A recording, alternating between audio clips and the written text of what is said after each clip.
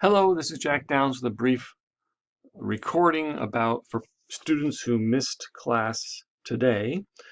That would be February 1st, our second class in 308, News Writing and Reporting. So I've sent you email already, which included this handout I'm going to show you and the next one also.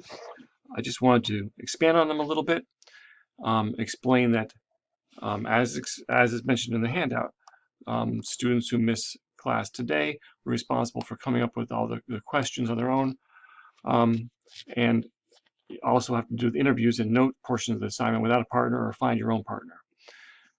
You don't have to do it alone. In fact, it could be useful to have somebody else with you too, but I'm not supplying a partner from class. Everyone in class was already teamed up.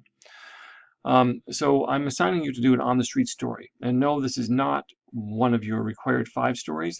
Though it is worth a double assignment as far as regular assignments and so on. It's a way to get you started in what is a pretty accessible story type.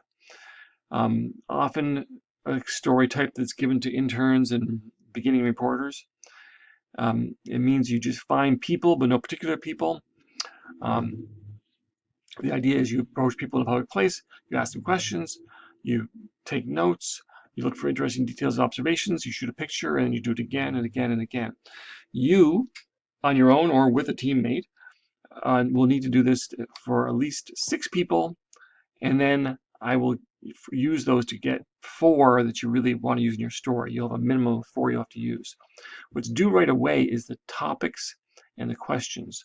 I ask you to come up with 2 topics with 3 questions each. These should be accessible topics that people won't mind talking about, things that will draw them in. They're not going to be super serious. You may vary them depending on the location you plan to go to. A lot of people are going to probably go in downtown. Some people might go to the mall.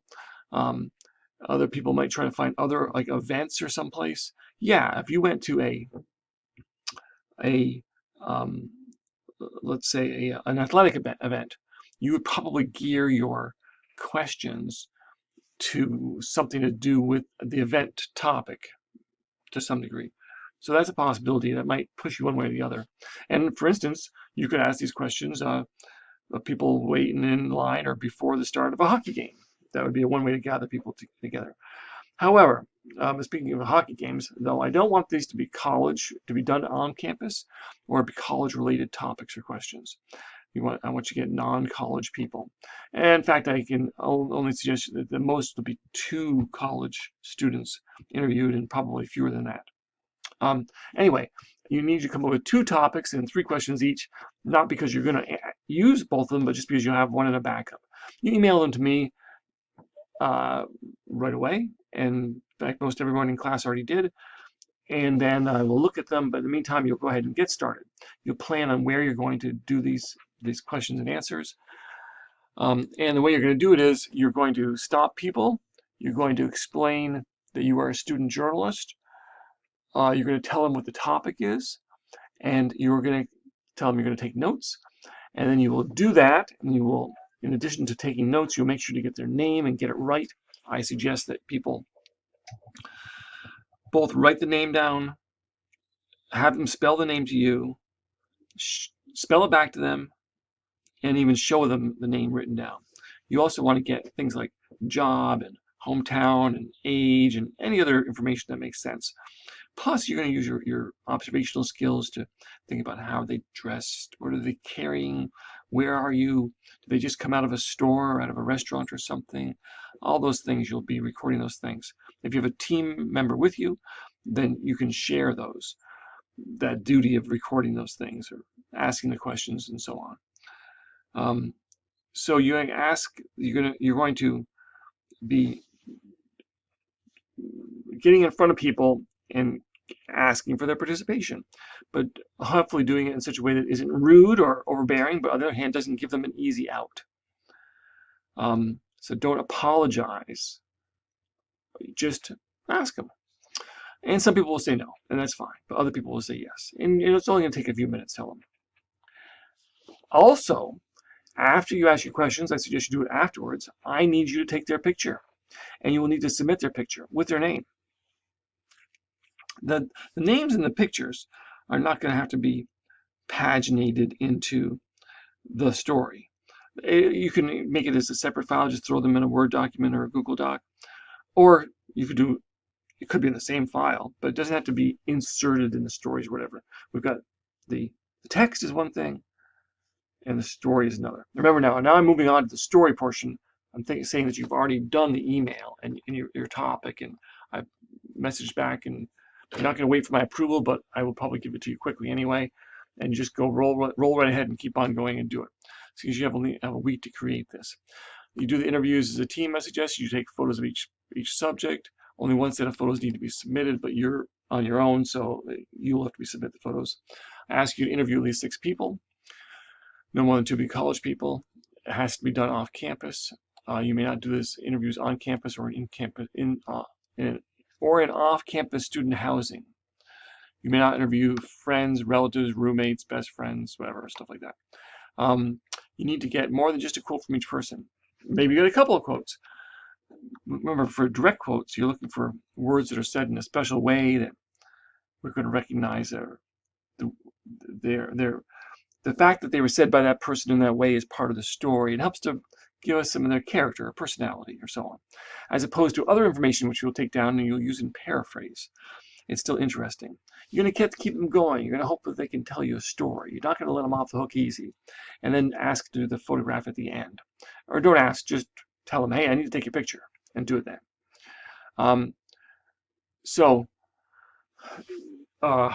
Although you might do things as a team, you're still on your own. Of course, the people who are doing these together are going to write their own story.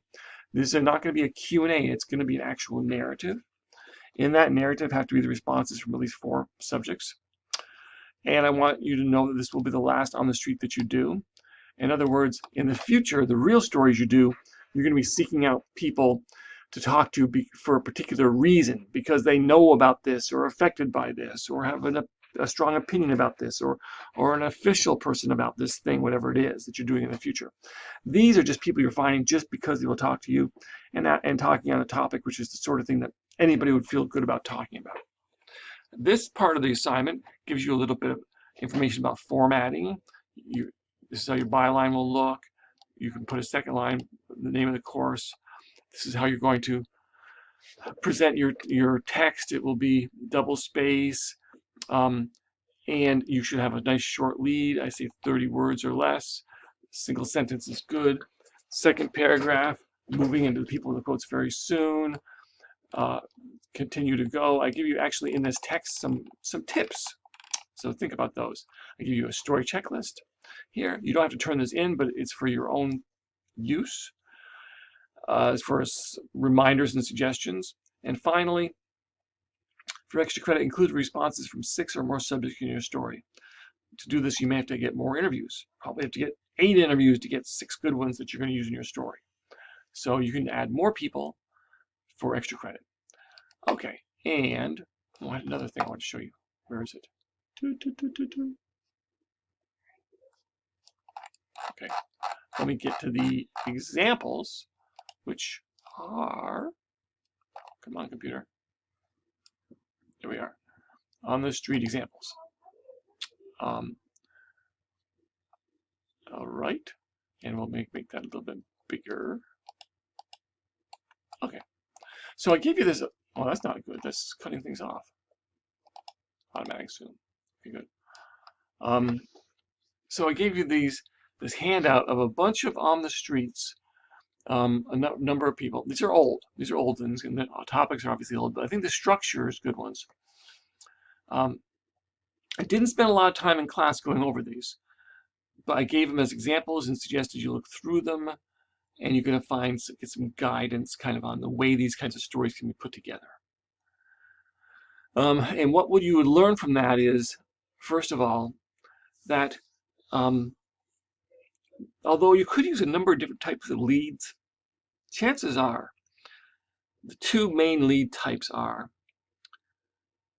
there's a certain theme or that kind of ties the responses together, and you focus on that. That would be probably best shown by, well, this one about healthcare, which is pretty serious actually, but cost of healthcare were a big deal at the time. The cost of healthcare can make you sick. Yes, that's kind of wordplay. That would be a wordplay lead, but it does kind of match up with the topic.